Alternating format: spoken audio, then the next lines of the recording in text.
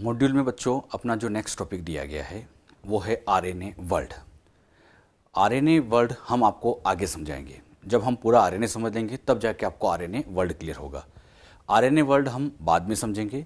पहले आप लोगों को डीएनए रेप्लिकेशन पढ़ाते हैं, तो जब आप इसको मॉड्यूल में पढ़ रहे होंगे तो जैसे प्रॉपर्टी खत्म होती है वहाँ आरएनए वर्ल्ड लिखा है, एनसीईआरटी में भी आरएनए वर्ल्ड ही लिखा है, लेकिन इसको आपको आगे समझाया जाएगा।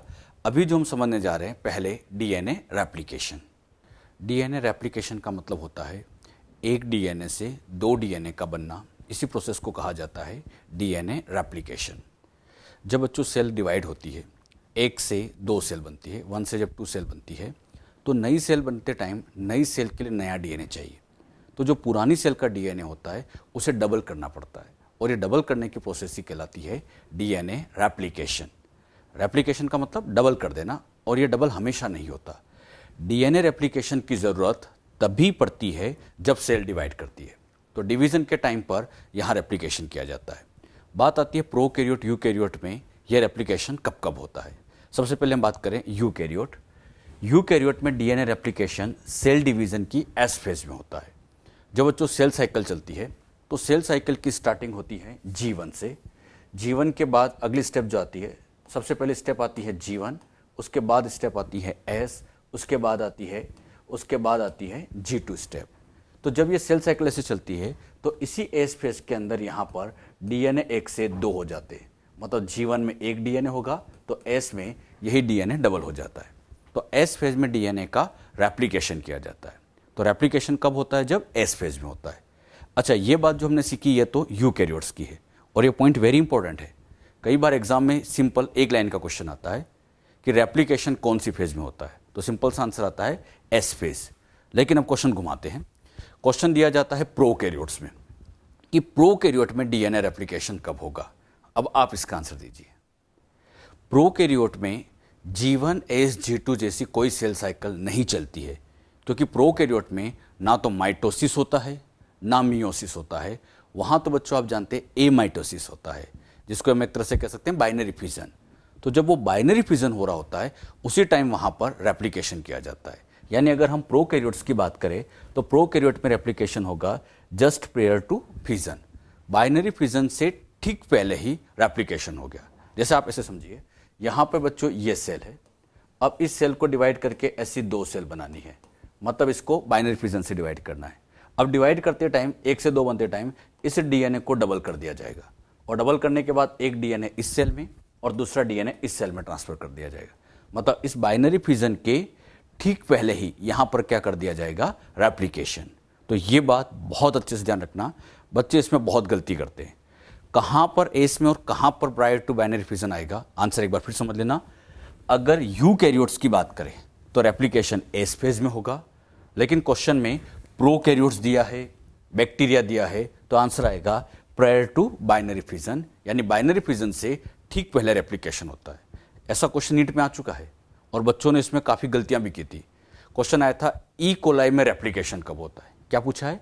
ई कोलाई। अब आप बताइए, ई कोलाई क्या बैक्टीरिया है? यस। और बैक्टीरिया है तो आंसर क्या आता है? Just prior to fission. Maximum बच्चे उस क्वेश्चन का आंसर एस फेज लगा के आ गए थे, जो कि गलत था। यानी एस फेज आंसर तब जाता है जब यूकैरियोटिक सेल है। हाँ, कभी क्वेश्चन में प्रोकैरियोट यूकैरियोट ऐसा मेंशन नहीं है, तो हम सिंपल ऐसे कह सकते हैं कि रेप्लिकेशन, तो हम सिंपल आंसर दे देते हैं एस फेज। लेकिन अगर प्रोकैरियोट यूकैरियोट मेंशन है तो बहुत सोच समझ के आप आंसर बताएं कि कहां पर रेप्लिकेशन होने वाला है। क्लियर? बात आती है रेप्लिकेशन कैसे होता होगा। इसकी मेथड की बात करें, रेप्लिकेशन की मेथड आती है सेमी कंजर्वेटिव। रेप्लिकेशन के टाइम पे जो मेथड चलती है उसको हम कहते हैं बच्चों सेमी कंजर्वेटिव मेथड। रेप्लिकेशन की जब स्टार्टिंग में डिस्कवरी हो रही थी तो स्टार्टिंग में इसकी तीन मेथड दी गई थी, सेमी कंजर्वेटिव, कंजर्वेटिव, डिस्पर्सिव। लेकिन इनमें से केवल सेमी कंजर्वेटिव का ही साइंटिस्ट लोगों को प्रैक्टिकल प्रूफ मिला। तो आपसे कभी भी पूछे रेप्लिकेशन की मेथड तो आप बस एक ही मेथड का नाम लेंगे और वो है सेमी कंजर्वेटिव। अब बात आती है इसको सेमी कंजर्वेटिव कहते क्यों है, क्यों इसको सेमी कंजर्वेटिव कहा जाता है। इस बात को अब हम यहाँ पर समझेंगे कि क्यों इसको सेमी कंजर्वेटिव नाम दिया जाता है। आपको समझाने के लिए बच्चों यहाँ पर ये एक डीएनए लिया, यहाँ बच्चों ये एक डीएनए है। अब इस डीएनए को जरा ध्यान से देखिएगा, इस डीएनए में आपको टू स्ट्रैंड दिखाई दे रही है। एक स्टैंड ये है, एक स्टैंड ये है। आप जानते भी हैं डीएनए डबल स्टैंड होता है, तो इसके अंदर यहाँ पर ऐसी ये 2 स्टैंड दिखाई दे रही है। क्लियर। अब रेप्लिकेशन जब किया जाता है तो रेप्लिकेशन में हमेशा याद रखना 2 स्टेप फॉलो होती है। 2 स्टेप यहाँ पर फॉलो की जाती है। इन 2 स्टेप में सबसे पहली स्टेप आती है अनवाइंडिंग। अनवाइंडिंग का मतलब होता है दोनों स्टैंड को सेपरेट करना। मतलब ये जो दोनों स्टैंड है इनको सेपरेट कर दिया जाए। मतलब यहाँ पर ये दोनों स्टैंड अलग अलग हो गई। अच्छा आप मुझे बताइए ये स्टैंड नई है या पुरानी है? पुरानी है, क्योंकि बस इन दोनों स्टैंड को अलग ही तो किया है। इनके बीच के बस हाइड्रोजन बॉन्ड टूटे हैं, दोनों अलग हो जाए। तो पहली स्टेप रेप्लिकेशन में आती है अनवाइंडिंग, जिसमें दोनों स्टैंड अलग हो जाती है।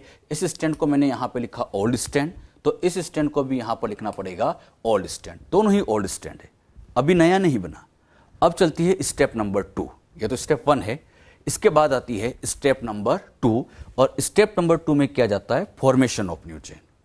अब जब नई चेन बनाएंगे तो इन ओल्ड स्टैंड की हेल्प से यहां पर नई चेन बनेगी। जब बच्चों यहां पर नई चेन बनती है तो आप ध्यान से देखेंगे इस डीएनए में ये जो ब्लैक कलर से आपको दिखाई दे रही है ये तो ओल्ड थी, और यहां पर ये न्यू चेन का फॉर्मेशन हुआ। मतलब इस तरह से ये यहां पर ऐसे न्यू चेन ऐसे बनती जाएगी। ये न्यू चेन बन गई, और न्यू चेन हमेशा ओल्ड चेन पर डिपेंड हो गई। यहां पर भी आप देखोगे ये यहां पर न्यू चेन बनती जाएगी, ओल्ड चेन पे बेसिस पर, ओल्ड चेन के बेस पर ही ये ऐसे यहां पर न्यू चेन का ऐसे फॉर्मेशन होता जाता है। अब ध्यान से आप इस डीएनए को देखोगे तो इस डीएनए में ये जो डीएनए दिखाई दे रहा है, इस डीएनए में क्या दोनों स्टैंड नहीं है? इस एक डीएनए को ध्यान से देखो, इस एक डीएनए में केवल एक स्टैंड नहीं है, एक तो पुरानी है। यानी इस डीएनए में 50% पार्ट तो पुराना ही है। अरे 50% नया है, 50% तो पुराना ही है। तो इसमें 50% पुराना ही कंजर्व रहता है, और 50% पुराना कंजर्व होता है, इसलिए नाम लिखा गया सेमी कंजर्वेटिव। वर्ड समझ में आया? सेमी कंजर्वेटिव क्यों कहा जाता है? क्योंकि इसमें 50% तो पुराना ही कंजर्व रहता है, इसलिए नाम दिया जाता है सेमी कंजर्वेटिव। और इस सेमी कंजर्वेटिव में हमेशा याद रखना 2 स्टेप फॉलो होगी। First step unwinding, and second step formation of new chain. Clear. अब ये बातें आज आपसे कई बार पूछी भी जाएगी कि नई चेन बनाना है तो क्या करना है। तो 2 स्टेप, पहले हम अनवाइंडिंग करेंगे और फिर न्यू चेन का फॉर्मेशन करेंगे। इस तरह से रेप्लिकेशन किया जाएगा। अब बात आती है इस सेमी कंजर्वेटिव मेथड का आइडिया किसने दिया, किसने इसको प्रैक्टिकली प्रूव किया, साइंटिस्ट के बारे में हम बातें समझे। सेमी कंजर्वेटिव मेथड का आइडिया देने वाले साइंटिस्ट थे वॉटसन एंड क्रिक। वॉटसन क्रिक ये वही साइंटिस्ट है जिन्होंने डीएनए का डबल हेलिक्स मॉडल दिया था। वॉटसन क्रिक ने जब डबल हेलिक्स मॉडल दिया था तो उस टाइम इन्होंने बहुत अच्छी लाइन लिखी थी। इन्होंने कहा था कि अगर आपको बेस पेयरिंग का नॉलेज है, बेस पेयरिंग का नॉलेज है मतलब अगर यहाँ ए है यहाँ जी है, तो बताओ ए के सामने क्या आएगा? हम कह सकते हैं टी आएगा, जी के सामने सी आएगा। इसको कहते हैं बेस पेयरिंग। अगर आपको बेस पेयरिंग का नॉलेज है तो रेप्लिकेशन की सेमी कंजर्वेटिव मेथड से स्केप नहीं कर सकते, बच नहीं सकते। मतलब अगर आपको बेस पेयरिंग पता है तो आपको पता है कि इस ओल्ड स्टैंड को बेस बनाकर ही नई स्टैंड बनेगी। मतलब एक स्टैंड पुरानी रखनी पड़ेगी और उसी को बेस बना के नया बनाना पड़ेगा। मतलब सेमी कंजर्वेटिव ही चलेगी। इस सेमी कंजर्वेटिव का आइडिया देने वाले साइंटिस्ट वॉटसन एंड क्रिक थे। इन्होंने बस एक आइडिया दिया कि ऐसा होना चाहिए। बायोलॉजी आइडिया से नहीं चलती है, बायोलॉजी हर चीज का प्रैक्टिकल प्रूफ मांगती है। यहां पर वॉटसन एंड क्रिक से इस चीज का प्रैक्टिकल प्रूफ मांगा गया कि आप ये कैसे प्रूव करोगे कि सेमी कंजर्वेटिव होगी। जो बात आप कह रहे हैं तो थ्योरेटिकल कह रहे हैं, आप इसको प्रैक्टिकली प्रूफ करके बताइए। ये बात वॉटसन क्रिक प्रैक्टिकली प्रूफ नहीं कर पाए थे, और इसी बात को फिर प्रूव करने के लिए साइंटिस्ट आए थे Meselson and Stahl. Very important. Meselson Stahl ने फिर इस चीज को प्रैक्टिकली प्रूव किया था। प्रैक्टिकली प्रूव करने के लिए इन्होंने ई कोलाई बैक्टीरिया पे वर्क किया। ये सब याद रखना, हमने पहले भी साइंटिस्ट के बारे में सीखा है कि किसने किस पे वर्क किया, तो यहां भी याद रखो। मेजल्सन स्टोल ने अपने एक्सपेरिमेंट ई कोलाई बैक्टीरिया पर यूज किया था। जब इन्होंने ई कोलाई पे यूज किया तो इन्होंने नाइट्रोजन के आइसोटोप लिए। नाइट्रोजन के 2 आइसोटोप होते, एक होता है N14, एक होता है N15। तो 2 तरह के आइसोटोप है 14, 15। अब एक बात बहुत अच्छे से ध्यान रखना, मैं आपसे क्वेश्चन पूछता हूं 14 और 15 में से कौन सा रेडियो एक्टिव है? याद रखिएगा बच्चों, इन दोनों में से एक भी रेडियो एक्टिव नहीं होता है। बच्चे इसमें बहुत गलती करते हैं। बच्चे सोचते हैं कि 15 वाला रेडियो एक्टिव होता होगा, लेकिन ऐसा नहीं है। 14 और 15 में से कोई भी रेडियो एक्टिव नहीं होता, दोनों ही रेडियो एक्टिव नहीं है। अब बात आती है कि जब दोनों रेडियो एक्टिव नहीं है तो इनको सेपरेट कैसे करें। अच्छा, रेडियो एक्टिव होते एक होता एक नहीं होता तो सेपरेट करना आसान था, लेकिन ये तो दोनों ही रेडियो एक्टिव नहीं है, तो फिर सेपरेट कैसे किया जाए। तो इनको सेपरेट करने के लिए अब नई टेक्निक काम में ली जाती है, जिसका नाम है caesium chloride density gradient centrifugation. मतलब ग्रेडियंट सेंट्रीफ्यूगेशन की हेल्प से हम इनको सेपरेट करेंगे, क्योंकि दोनों का वेट अलग होगा और वेट अलग है तो हम सेंट्रीफ्यूगेशन टेक्निक से यूज कर सकते हैं। लेकिन इनको सेपरेट करते टाइम यहां पर सीजियम क्लोराइड डेंसिटी ग्रेडियंट का यूज करना पड़ता है। सीजियम क्लोराइड की खास बात यह होती है कि डीएनए के साथ एक इनर्ट होता है, किसी भी तरह की रिएक्शन नहीं करता है, इसीलिए हम इसका ग्रेडियंट बना के इनको सेपरेट करते हैं। अब बच्चों के दिमाग में एक बहुत अच्छा क्वेश्चन आता है, क्वेश्चन बनता है कि सर इसको हम नॉर्मल सेंट्रीफ्यूगेशन से सेपरेट क्यों नहीं करते। जरा सोचिए, अगर हम नॉर्मल सेंट्रीफ्यूगेशन लेते हैं तो ये आपको समझाने के लिए मैंने नॉर्मल सेंट्रीफ्यूगेशन लिया, यहां पर ये 14 और 15 लिया, दोनों को डीएनए को नॉर्मल सेंट्रीफ्यूगेशन के लिए यहां टेस्ट ट्यूब में डाल दिया। अब एक बात समझना, नॉर्मल सेंट्रीफ्यूगेशन में क्या होता है कि जब आप इनको सेपरेट करते हैं तो इन 14 और 15 के वेट में ज़्यादा डिफरेंस नहीं होता। 14-15 में ज़्यादा डिफरेंस नहीं है, और ज़्यादा डिफरेंस नहीं है तो जब आप सेंट्रीफ्यूगेशन करोगे तो आप जानते हैं कि जो हैवी होगा वो नीचे आएगा। तो सबसे पहले इन दोनों में से 15 वाला नीचे आया। अब सेंट्रीफ्यूगेशन की स्पीड को हल्का सा भी बढ़ाते ना, हल्का सा भी बढ़ गया तो ये 14 भी नीचे आ जाएगा, और 14 भी नीचे आ गया। जब दोनों ही नीचे आ गए तो फिर सेपरेट कैसे करेंगे। यहां भी साथ थे, यहां भी साथ रहेंगे। मतलब नॉर्मल सेंट्रीफ्यूगेशन से इनको सेपरेट नहीं कर सकते, और सेपरेट नहीं कर सकते इसीलिए यहां पर यूज किया जाता है caesium chloride density gradient centrifugation. अच्छा, इसमें किया क्या जाता है, ये बच्चों सीजियम क्लोराइड डेंसिटी सेंट्रीफ्यूगेशन है। इस सेंट्रीफ्यूगेशन के अंदर यहां पर इस सेंट्रीफ्यूगेशन के अंदर सबसे पहले सीजियम क्लोराइड को लिया जाता है। सीजियम क्लोराइड का एक सॉल्यूशन इसमें भरा जाता है। इससे सीजियम क्लोराइड की यहां पर ऐसे ग्रेजुअली इंक्रीज डेंसिटी यहां पर अरेंज होती जाती है।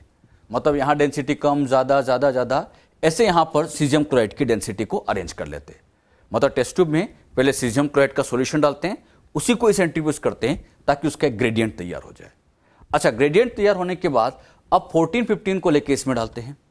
अब होगा क्या, 14 और 15 की डेंसिटी अलग है, तो जब ये यहां पर सेंट्रीफ्यूज करोगे तो 15 वाला ये आके यहां अरेंज हो गया, और वहां पे अरेंज होगा जहां पर इसकी रिस्पेक्टिव डेंसिटी होगी। तो रिस्पेक्टिव डेंसिटी पर 15 अरेंज हो गया। अब 14 वाला वहां अरेंज होगा जहां उसकी डेंसिटी होगी, तो अब ये 14 वाला आया और ये इसकी रिस्पेक्टिव डेंसिटी पर अरेंज हो गया। एक बार अपनी रिस्पेक्टिव डेंसिटी पर अरेंज हो गए तब तो फिर आप इसको कितना भी सेंट्रीफ्यूज करते जाओ ये नीचे नहीं आएंगे, और नीचे नहीं आएंगे मतलब हम प्रॉपर तरीके से सेपरेट कर सकते हैं। तो बात हमने क्या सीखी, अगर नॉर्मल सेंट्रीफ्यूगेशन लेते हैं तो दोनों ही सेटल डाउन हो जाते हैं, और दोनों सेटल डाउन हो जाते हैं तो प्रॉपर सेपरेशन नहीं हो पाता। इसीलिए caesium chloride density gradient centrifugation लेते हैं ताकि अपनी रिस्पेक्टिव डेंसिटी पर प्रॉपर तरीके से अरेंज हो सके। क्लियर? तो यह बात आप अच्छे से ध्यान रखना। एक बात मुझे बताइए, मेजल्सन स्टोल की जो 3 बातें मैंने अभी आपको समझाई, ये तीनों अच्छे से याद रखना। पहली बात क्या बताई, इकोलाई बैक्टीरिया पे वर्क किया। दूसरा समझाया नाइट्रोजन के आइसोटोप लिए, और थर्ड लिया caesium chloride density gradient centrifugation. आप एक बात मुझे बताइए, इकोलाई बैक्टीरिया है प्रोकैरियोट्स से, प्रोकैरियोट्स में हिस्टोन प्रोटीन एब्सेंट होता है, और हिस्टोन एब्सेंट होता है तो यहां पर प्रॉपर क्रोमोसोम वगैरह नहीं बन पाते। यहां पर जो क्रोमोसोम बनते हैं फॉल्स होते हैं, प्रॉपर क्रोमोसोम नहीं बनते। तो बात आती है इस मेथड को फिर क्रोमोसोम लेवल पर किसने प्रूव किया होता। तो इसी चीज को क्रोमोसोम लेवल पे प्रूव करने वाले, बहुत इंपॉर्टेंट, क्रोमोसोम लेवल पे प्रूव करने वाले साइंटिस्ट थे टेलर। याद रखना, रेप्लिकेशन को क्रोमोसोम लेवल पर किसने प्रूव किया था, टेलर साइंटिस्ट ने। टेलर साइंटिस्ट ने अपने एक्सपेरिमेंट किए थे विसिया फाबा। ये बच्चों एक प्लांट है, विसिया फाबा एक प्लांट है, इस प्लांट के ऊपर एक्सपेरिमेंट किए थे। और आप जानते हैं प्लांट यूकैरियोट से, और यूकैरियोट है तो इनमें प्रॉपर क्रोमोसोम बनेंगे। तो क्रोमोसोम लेवल पे प्रूफ देने वाले साइंटिस्ट टेलर साइंटिस्ट थे। अच्छा, जब इन्होंने विसिया फाबा प्लांट पर वर्क किया तो यहां पर इन्होंने एक स्पेशल टेक्निक यूज की थी जिसका नाम था रेडियो एक्टिव थाइमिडीन। मतलब रेडियो एक्टिव थाइमिडीन का यूज करके इन्होंने इस चीज को प्रूव किया था। यहां पर रेडियो एक्टिविटी का यूज किया था और क्वेश्चन ऐसे पूछा भी जाता है, एग्जाम में आ भी चुका है। किसने विसिया फाबा प्लांट पर एक्सपेरिमेंट किए थे? टेलर। किसने नाइट्रोजन के 14-15 आइसोटोप यूज किए? मेजल्सन स्टॉल।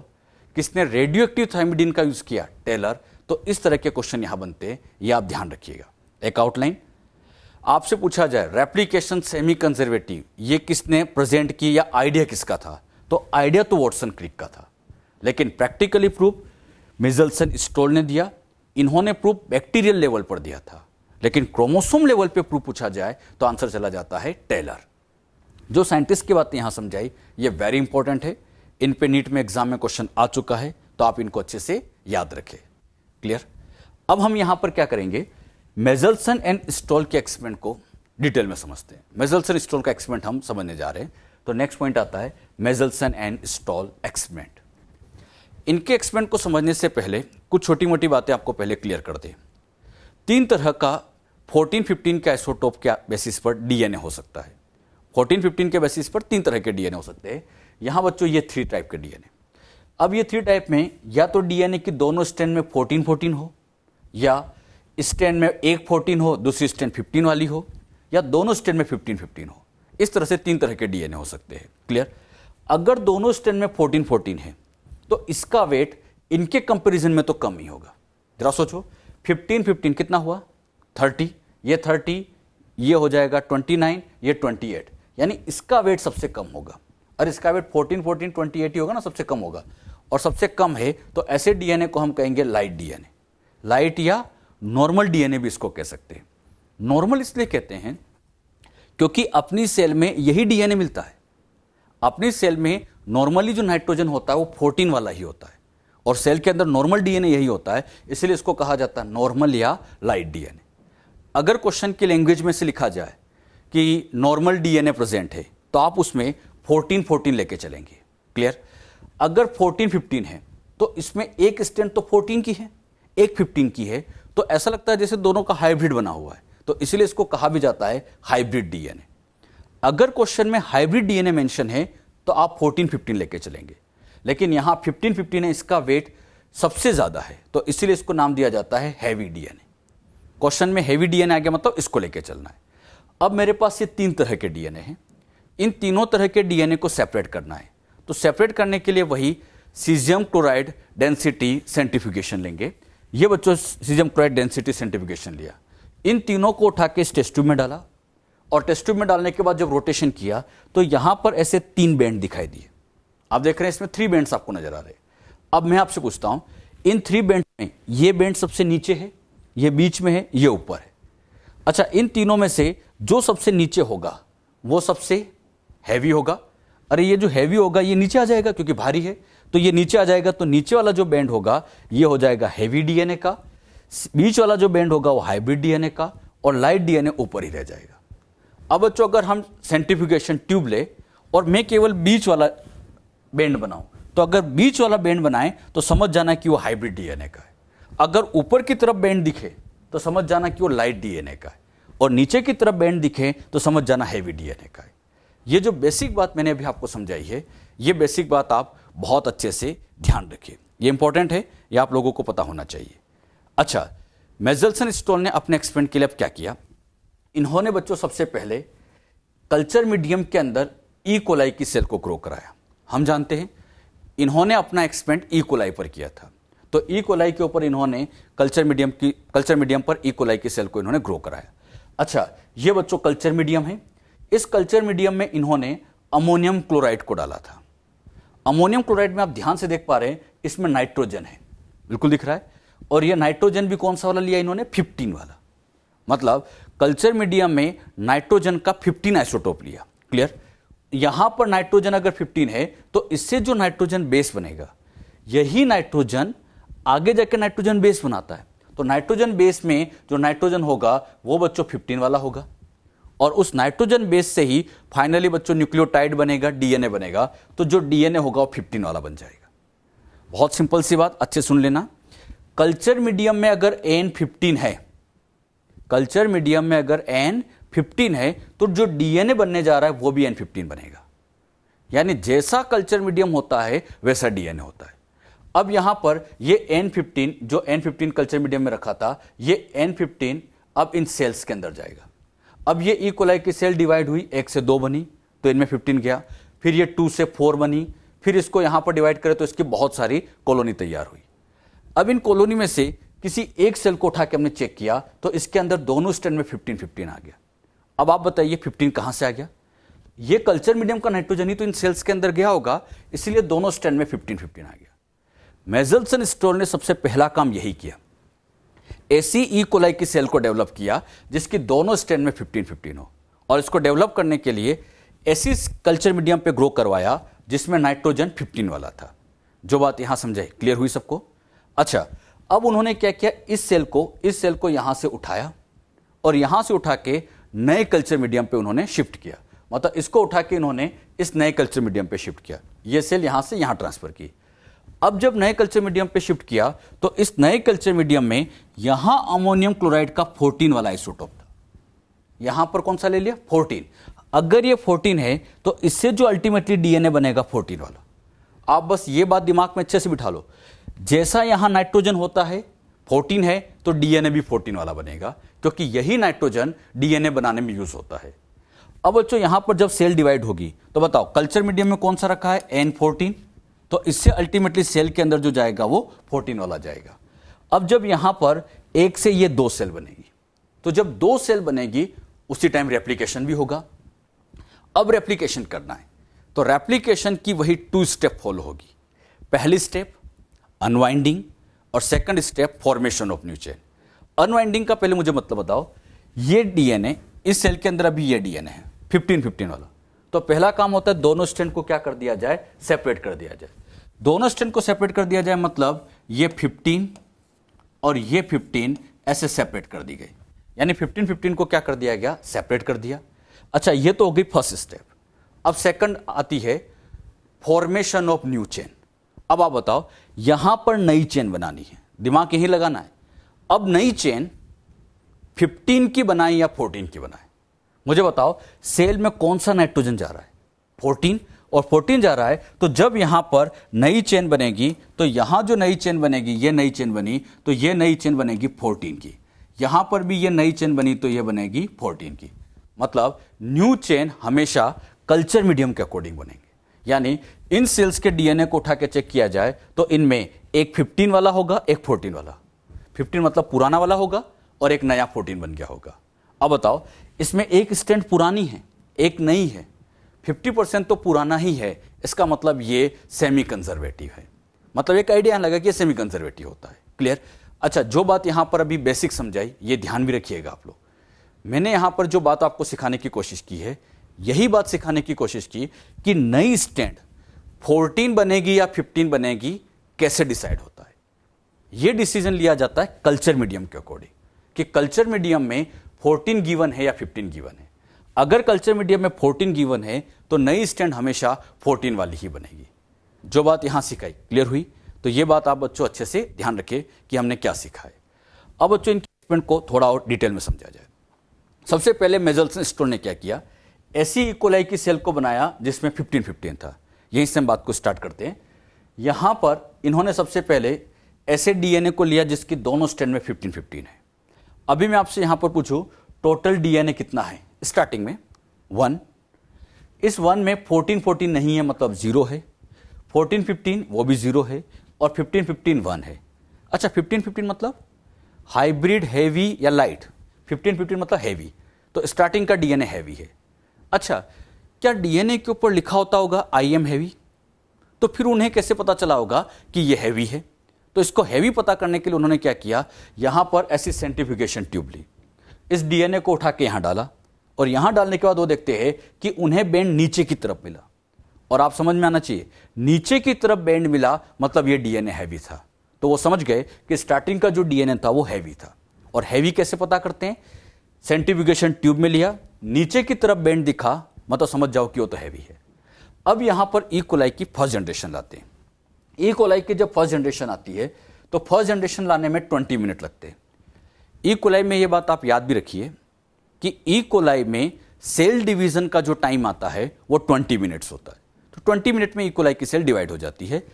यहां पर अमोनियम क्लोराइड जो कल्चर मीडियम लिया गया वो बच्चों 14 वाला लिया। डीएनए 15-15 वाला है, लेकिन कल्चर मीडियम का नाइट्रोजन 14 है।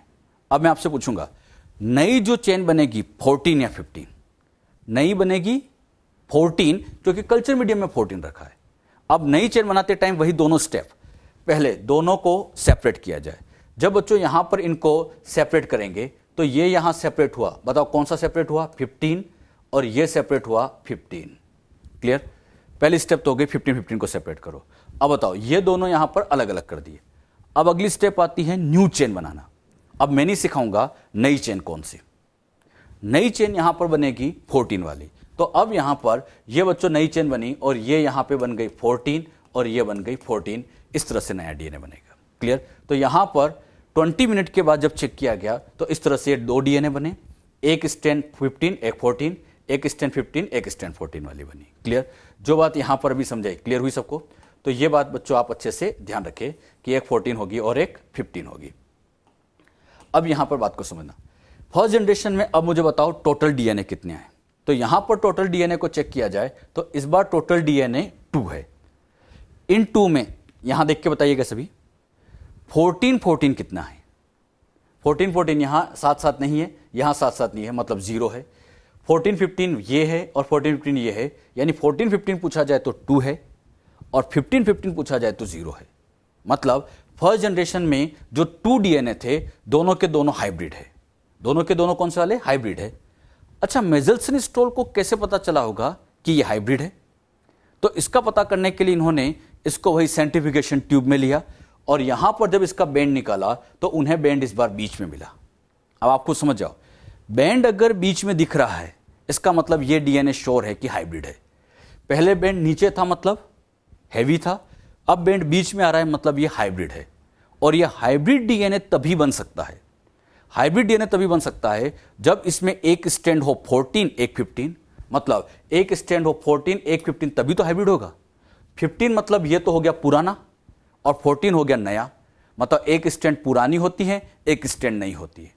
एक पुराना एक नया स्टैंड है मतलब वही सेमी कंजर्वेटिव है। यानी इस हाइब्रिड डीएनए का मिलना, हाइब्रिड डीएनए का मिलना मेजल्सन स्टोन को कंफर्म करा देता है कि यहां रेप्लिकेशन सेमी कंजर्वेटिव चल रहा है, क्योंकि हाइब्रिड तभी बन सकता था जब ये सेमी कंजर्वेटिव को फॉलो करे। जो बात यहां समझाई, क्लियर हुई सबको बच्चों से? ये तो हमने इसकी इकोलाई की फर्स्ट जनरेशन ली, इसी को हम और आगे बढ़ाते हैं। अब हम लेते हैं इकोलाई की सेकंड जनरेशन। अच्छा, सेकंड जनरेशन लाने में जो टाइम लगता है वो 40 मिनट, क्योंकि जो सेकंड जनरेशन हम कह रहे हैं इस स्टार्टिंग से कह रहे हैं, अरे इसकी सेकंड है, इसके रिस्पेक्ट में सोचोगे तो फर्स्ट है, लेकिन हम सेकंड कह रहे तो स्टार्टिंग से।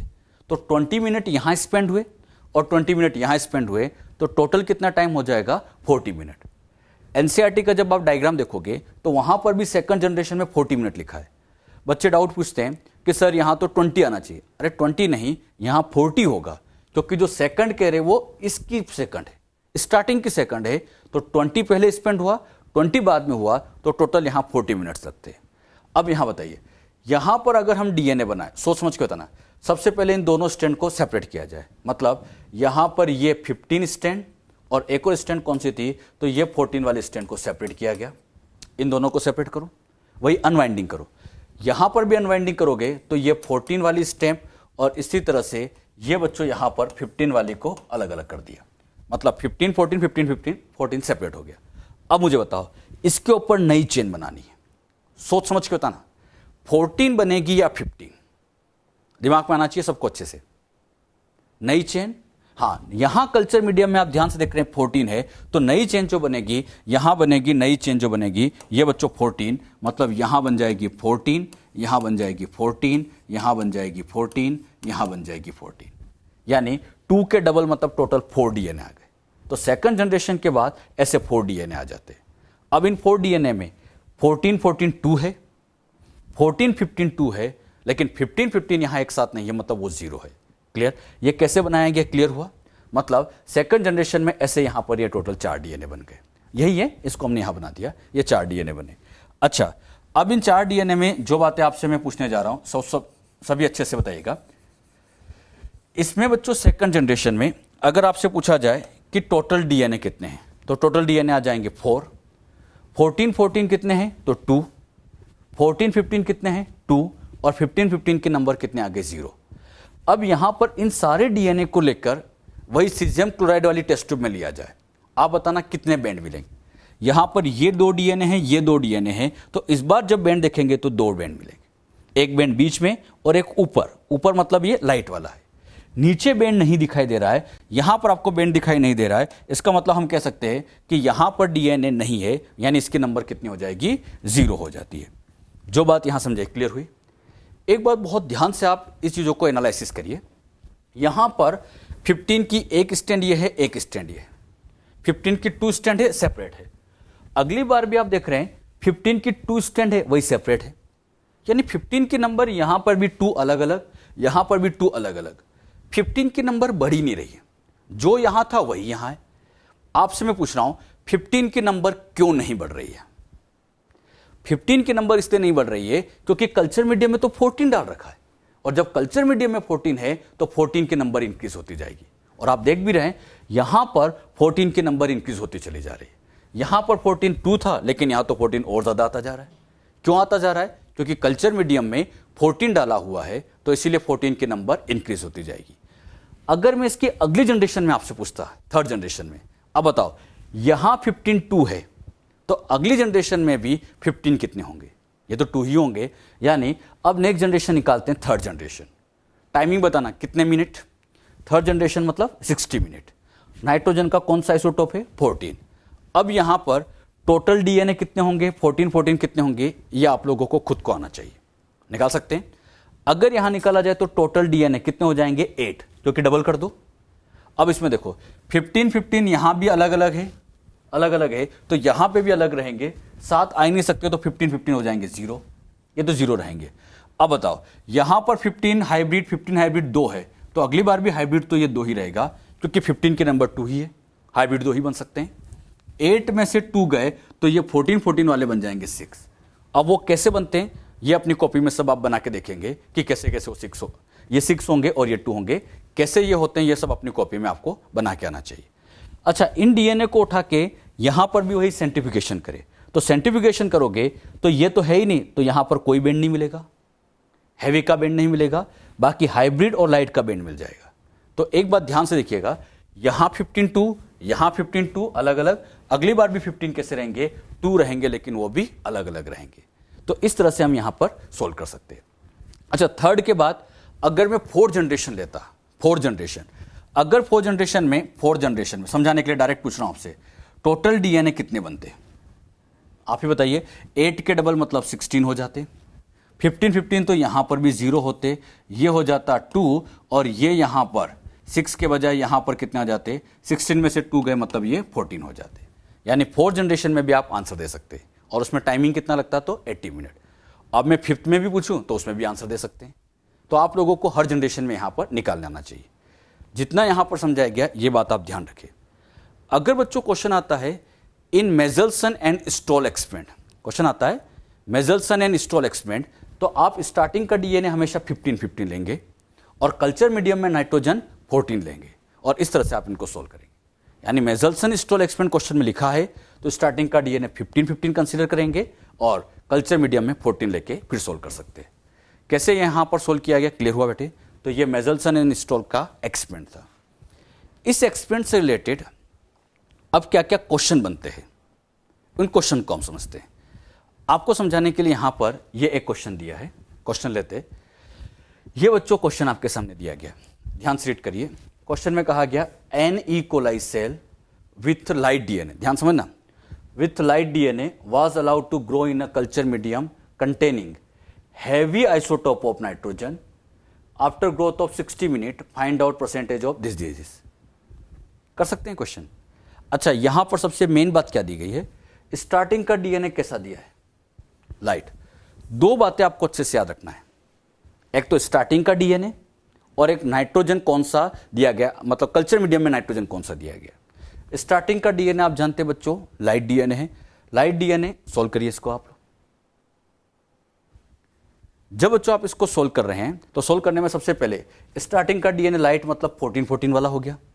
अच्छा, यहां कल्चर मीडियम में नाइट्रोजन का कौन सा आइसोटोप है? 15 पहली जनरेशन लाते तो पहले इन दोनों को अलग करेंगे तो 14 14 अलग हो जाएगा। यहां पर ऐसे ये बच्चों 14 14 और ये 14 अलग हो जाएंगे। अब नई स्टैंड कौन सी बनेगी?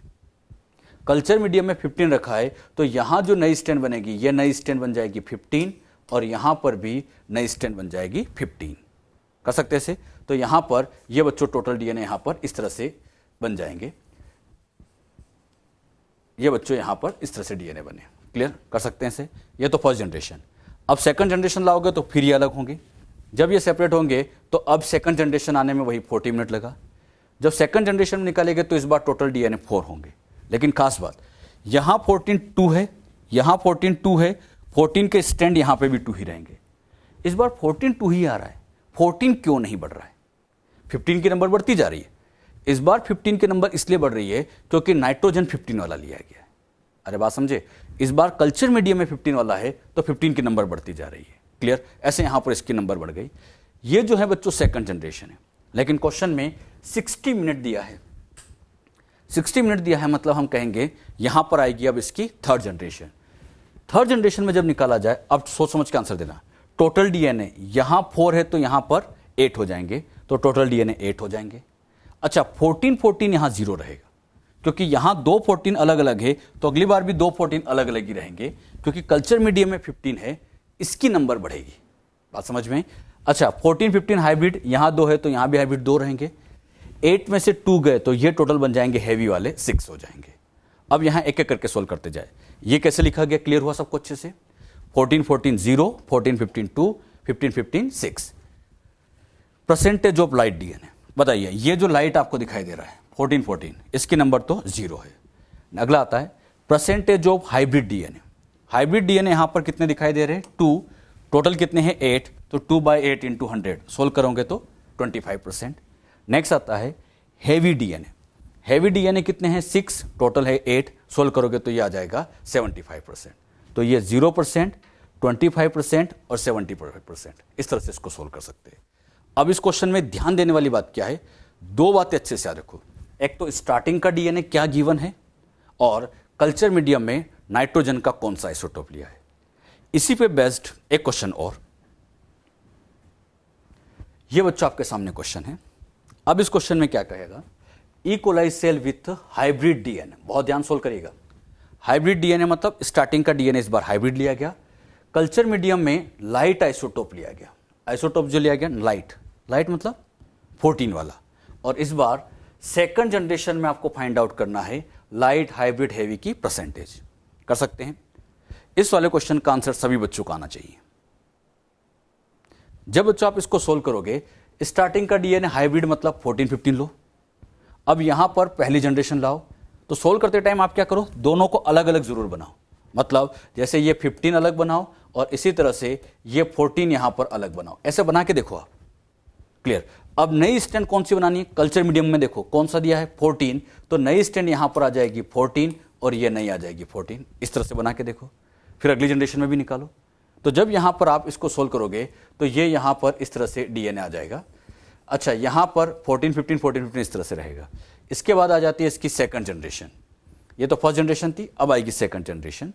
सेकंड जनरेशन जब आप निकालोगे तो फिर से इनको ऐसे सेपरेट करो तो यहां पर इस तरह से टोटल डीएनए आ जाएंगे। एक बात ध्यान से देखो, यहां 15 1 है, इसमें भी 15 1 है, इसमें भी 15 1 है। 15 बढ़ ही नहीं रहा है क्योंकि कल्चर मीडियम में क्या दिया है? 14। तो इस बार 14 बढ़ता गया। अब यहां पर टोटल डीएनए निकाला जाए। गिनो टोटल डीएनए कितने हैं? 4। तो हम कहेंगे टोटल डीएनए 4 है। 14 14 1 2 3, 14 14 कितने आ गए? 3 आ जाएंगे। 14 15 कितना है? 1 और 15 15 की नंबर 0। अब फिर क्वेश्चन को सोल्व करें। परसेंटेज ऑफ लाइट, लाइट कितना है? 3 आउट ऑफ 4। तो 3/4 इंटू 100 कर लो। परसेंटेज जब भी निकालना हो 100 से मल्टीप्लाई कर लिया करो। तो आंसर आ गया 75%। परसेंटेज ऑफ हाइब्रिड, हाइब्रिड कितना है? 1। टोटल कितना है? 4। 1/4 इंटू 100 यानी 25%। हैवी की बात की जाए तो हैवी यहाँ 0 है तो इस बार ये 0%। तो इनकी परसेंटेज ऐसे निकाल सकते हैं। कैसे ये क्वेश्चन सोल्व किया जा रहा है कुछ समझ में आ रहा है बच्चों? तो इस तरह से इन क्वेश्चनों को सोल्व करते हैं। एक क्वेश्चन और। जब बच्चों हम नेक्स्ट क्वेश्चन ले रहे हैं, इस बार क्वेश्चन में थोड़ा सा चेंज किया गया। क्वेश्चन को ढंग से पढ़ें। E coli cell with fully radioactive DNA. इस बार यहां पर जो क्वेश्चन में लिया गया है fully radioactive DNA. Fully radio active का मतलब बताओ। फुली रेडियो एक्टिव का मतलब होता है जिसमें दोनों स्ट्रैंड में रेडियो एक्टिविटी होना चाहिए। उसको ऐसे कल्चर मीडियम में ग्रो किया गया जहां नॉन रेडियो एक्टिव आइसोटोप है। 40 मिनट की ग्रोथ के बाद radio active non radio active की परसेंटेज आपको फाइंड आउट करनी है। ये जो क्वेश्चन आपके सामने लिखा गया है, ये क्वेश्चन सब नोट करें और इसका आंसर आपको देना है। अच्छा, यहां बच्चों रेडियो एक्टिविटी की बात चल रही है।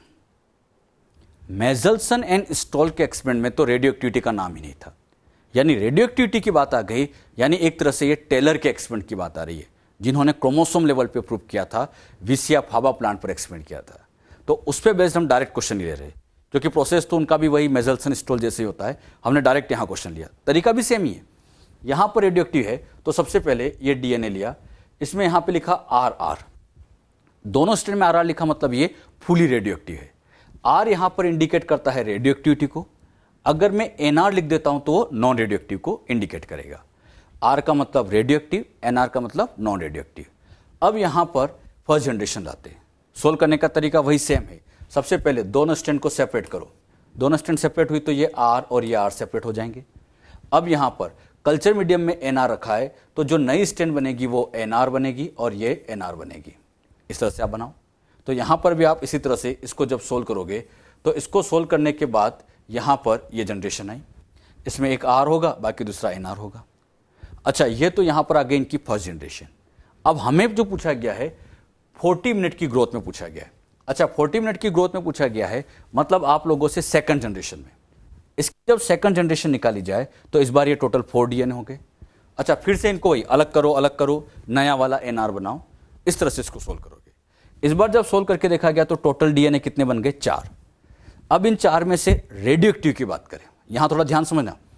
इसके पास यहां पर R लिखा है और यहां R लिखा है। अगर R लिखा है मतलब ये रेडियो एक्टिव है। अब बच्चों के दिमाग में आता है सर NR भी तो है। अगर ये NR भी है लेकिन R की वजह से रेडिएशन तो आएगी, और रेडिएशन आएगी तो इसको रेडियो एक्टिव ही कंसीडर करना है।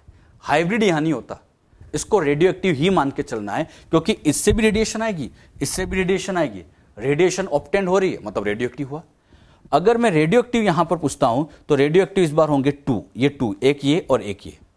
2 आउट ऑफ 4 × 100 कर सकते solve. Percentage of non radio active DNA निकाला जाए तो नॉन रेडियो एक्टिव एक ये है और एक ये है, जिसमें दोनों में NR होना चाहिए। अच्छा, ये भी 2 है आउट ऑफ 4 × 100, तो इसका आंसर भी आ जाएगा 50%। इस तरह से इन क्वेश्चनों को हम सोल्व कर सकते हैं। तो कैसे ये क्वेश्चन सोल्व किए जाते हैं, बात समझ में आई।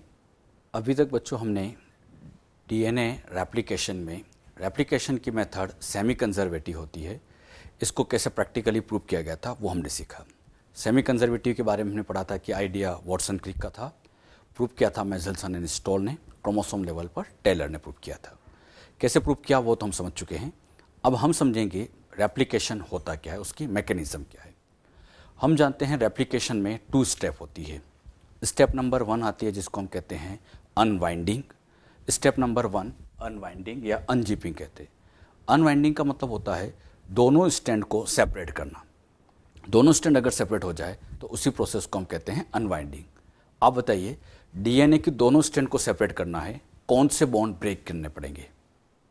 अनवाइंडिंग के अंदर जो बॉन्ड्स ब्रेक होते हैं उनमें सबसे मेन बॉन्ड होता है हाइड्रोजन बॉन्ड।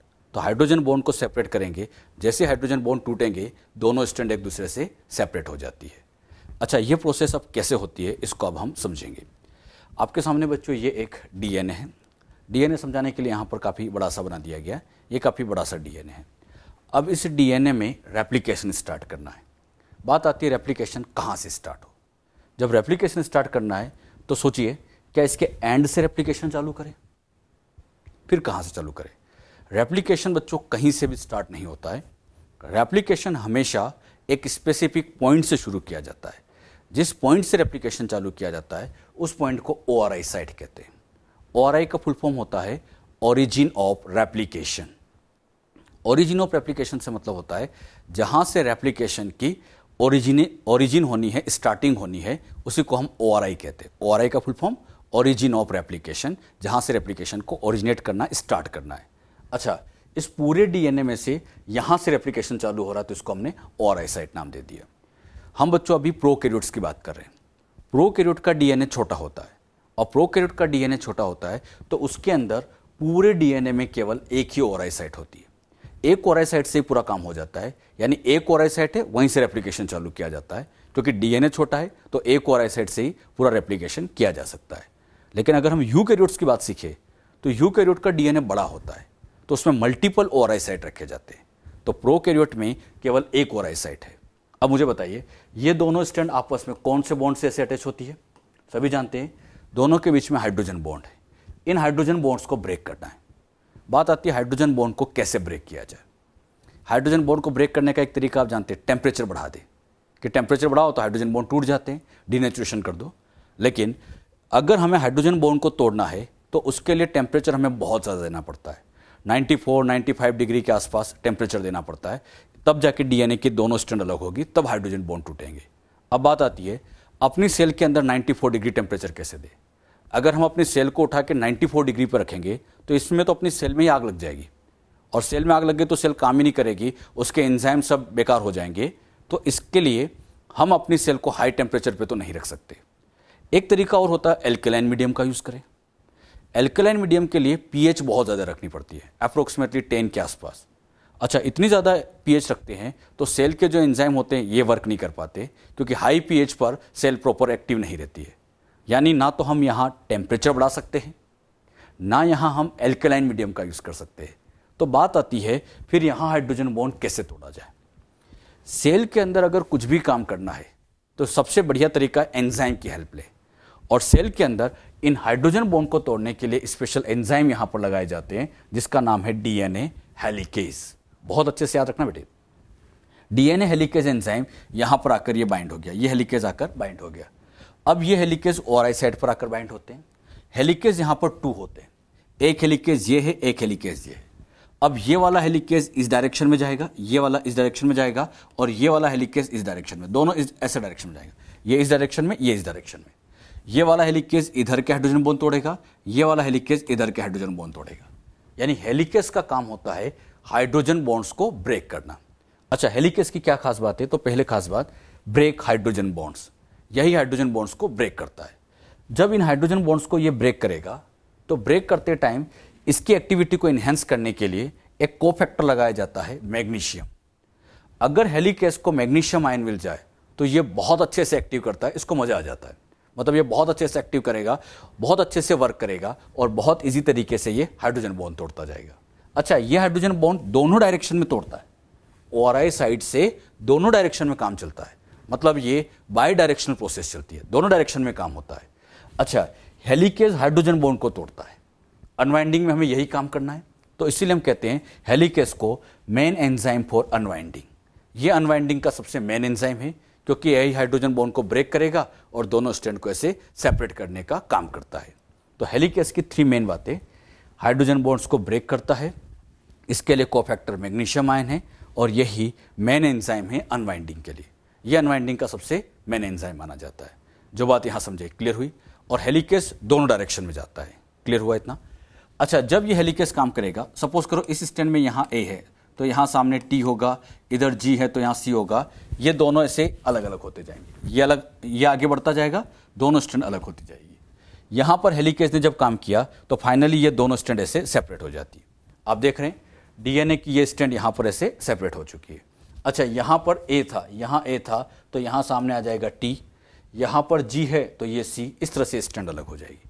ये हेलिकेज एक इधर मूव करता जाएगा और एक हेलिकेज इस डायरेक्शन में मूव करता जाएगा, एक हेलिकेज इधर, एक हेलिकेज इधर। ये स्टार्टिंग पॉइंट ओआरआई साइड है, और आप देख रहे हैं ये इतना पार्ट यहाँ पर ओपन हो चुका है, क्लियर?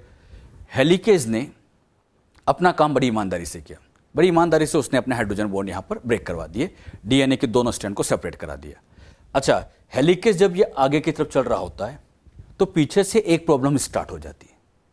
प्रॉब्लम ये स्टार्ट होती है कि इधर का ए और इधर का टी ये वापस रीजॉइन हो सकते हैं, वापस रीजॉइन हो सकते हैं। और अगर ये वापस रीजॉइन हो गए, ये ए और ये टी अगर वापस रीजॉइन हो गए तो ये तो पहले जैसा बन जाएगा।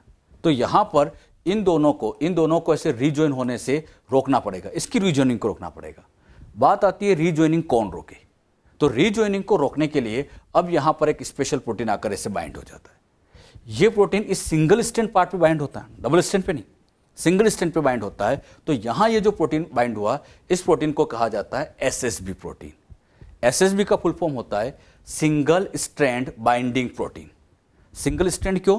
क्योंकि ये सिंगल स्ट्रैंड पे बाइंड होता है, डबल पे बाइंड नहीं होता, तो ये सिंगल स्ट्रैंड बाइंडिंग प्रोटीन होता है। इधर भी बच्चों ये एसएसबी से बाइंड हो जाते हैं। अब ये एसएसबी क्या करता है, इन नाइट्रोजन बेस को ऐसे कवर करके रखता है, मतलब ये नाइट्रोजन बेस को ऐसे कवर कर लेता है, और जब ये नाइट्रोजन बेस को ऐसे कवर करके रखेगा तो ये सामने वाले के साथ पेयर अप नहीं कर पाता, और पेयर अप नहीं कर पाएगा मतलब ये रीजॉइनिंग से रोकने का काम करता है। तो यहां एसएसबी का काम होता है प्रिवेंट रीफॉर्मेशन ऑफ हाइड्रोजन बॉन्ड, मतलब फिर से हाइड्रोजन बॉन्ड ना फॉर्म हो जाए तो उसको रोकने के लिए एसएसबी काम आता है। सेम काम इधर भी होगा, इधर भी हेलिकेज आगे जा रहा था तो इधर भी ये प्रोटीन जुड़ते जा रहे हैं, और ये प्रोटीन यहां पर क्या कहलाएंगे, एसएसबी। एसएसबी का फुल फॉर्म सबको आना चाहिए, एसएसबी का full form single strand binding protein, और ये यहां पर रीजॉइनिंग को रोकता है। अच्छा, हेलिकेज आगे जाता जाएगा, फिर यहां पर एसएसबी ऐसे जुड़ते जाएंगे, रीजॉइनिंग से रोकते जाएंगे। हेलिकेज एसएसबी इनका रोल तो हमें समझ में आया। अब यहां पर अनवाइंडिंग के टाइम पर एक प्रॉब्लम और स्टार्ट होती है। प्रॉब्लम ये स्टार्ट होती है कि जैसे जैसे दोनों स्ट्रैंड अलग होती जाती है तो आगे की तरफ आप ध्यान से देखो, ऐसे कोइलिंग बहुत बढ़ गई। ये जो है ये तो नॉर्मल कोइलिंग है, लेकिन जैसे जैसे इसको खोलते जाते हैं आगे की तरफ हाई कोइलिंग होती जाती है, और ये जो हाई कोइलिंग होती है इसे सुपर कोइलिंग कहा जाता है। मतलब ये जो कोइलिंग यहां दिखाई दे रही है ये सुपर कोइलिंग है। अब ये सुपर कोइलिंग आने से डीएनए के स्ट्रैंड को ओपन करना बड़ा मुश्किल हो जाता है। इसको बच्चों आप ऐसे समझ सकते हैं, आपके पास एक लंबी रस्सी है, लंबा थ्रेड है, जिसमें दो स्ट्रैंड ऐसे गुथी होती है। आपने कभी भी उन दोनों स्ट्रैंड को पकड़कर ऐसे ओपन करने की कोशिश की होगी।